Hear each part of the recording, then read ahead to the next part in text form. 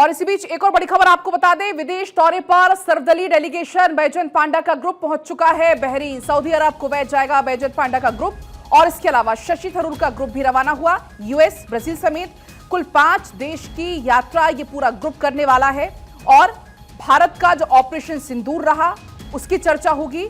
इसके अलावा जो पाकिस्तान का झूठ है वो एक बार फिर से दुनिया के सामने होगा। दुनिया के सामने पाकिस्तान को बेनकाब किया जाएगा।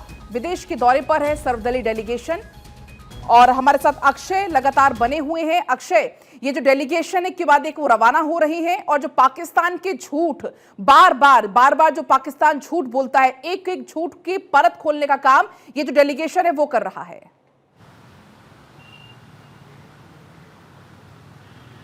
देखिए, भारत कोशिश कर रहा है कि पाकिस्तान के हर नापाक मंसूबों को नाकामयाब किया जाए और यही वजह रही है कि यूनाइटेड नेशंस से लेकर के और तमाम देशों तक भारतीय डेलीगेशन दौरा कर रहा है।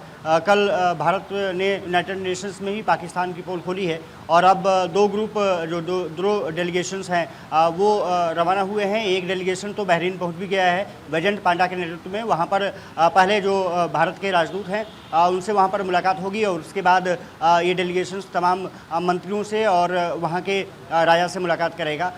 ये कहा जा रहा है कि सऊदी अरब और कुवैत का भी ये दौरा करने वाले हैं। 5 जगहों पर बैजयंत पांडा का जो डेलीगेशंस है वो जाएगा।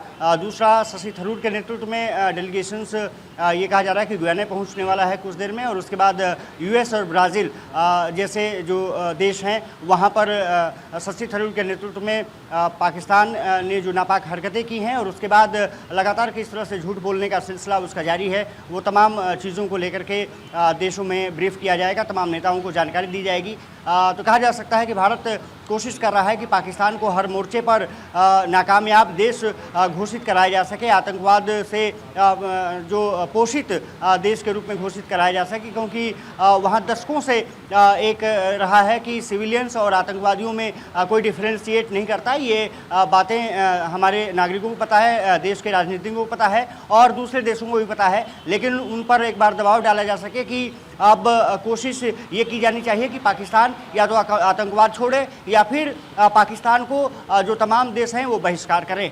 ये कोशिश भारत सरकार की है और इसीलिए डेलीगेशंस तमाम जगहों पर गया हुआ है। चाहे यूनिवर्सिटी की बात करें, उनके नेतृत्व में लगातार डेलीगेशंस रशिया में बातचीत कर रहा है। इसके अलावा श्रीकांत शिंदे का ग्रुप ऑलरेडी चर्चा कर रहा है। 7 डेलीगेशंस पूरे दौरे पर पहुंच रहे हैं। तो ये बताया जा सकता है कि पाकिस्तान की जो नापाक हरकतें हैं वो दुनिया के सामने लाना और उसके बाद आतंकवाद पर निश्चित रूप से गहरी चोट किए जाने की ज़रूरत है, ये सबको बताना, क्योंकि अधिकतर देश अगर देखें तो आतंकवाद से पीड़ित हैं। भारत दशकों से पीड़ित रहा है और यही वजह रही है कि अब पूरी जो स्थिति है वो नियंत्रण से बाहर हो रही है। पाकिस्तान को हर मोर्चे पर बेनकाब करना इन डेलीगेशन का उद्देश्य है।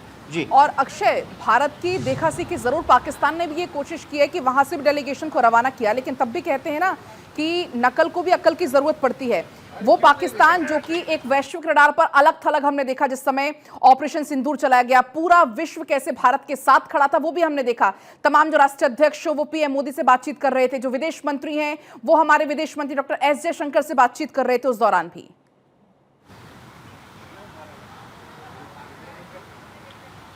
देखिए, डेलीगेशंस पहुंचा है वो तो एक इम्पॉर्टेंट है ही, लेकिन ऑपरेशन सिंदूर के दौरान लगातार राष्ट्राध्यक्षों के, प्रधानमंत्री के पास फ़ोन आते रहे, प्रधानमंत्री लगातार चर्चा करते रहे। इसके अलावा विदेश मंत्री तमाम अपने काउंटर पार्ट से चर्चा करते रहे। कोशिश यही रही कि जो हमने ऑपरेशन सिंदूर चलाया है वो एक खास वजह से चलाया है। हमारा निशाना आतंकी हैं, वहाँ की आम जनता या फिर जो सैनिक एयरबेस हैं वो नहीं है। लेकिन जब पाकिस्तान ने हमले शुरू कर दिए तो फिर भारत को जवाबी कार्रवाई करनी पड़ी, वहाँ के तमाम एयर डिफेंस सिस्टम को ख़त्म करना पड़ा, एयरबेस को ख़त्म करना पड़ा। लेकिन यही कोशिश है कि ऑपरेशन सिंदूर की सफलता को बताया जा सके, ऑपरेशन सिंदूर क्यों करना पड़ा भारत को ये बताया जा सके। और आतंकवाद निश्चित रूप से भारत में खास करके कश्मीर इलाके में, पंजाब इलाके में ये लगातार दशकों से रहा है और उसकी एकमात्र वजह रही है पाकिस्तान में पलते आतंकी, उनके टेरर कैंप और लगातार उनके आका, क्योंकि पाकिस्तान ये भी कोशिश करता रहा है कि उनको सिविलियन बताया जा सके।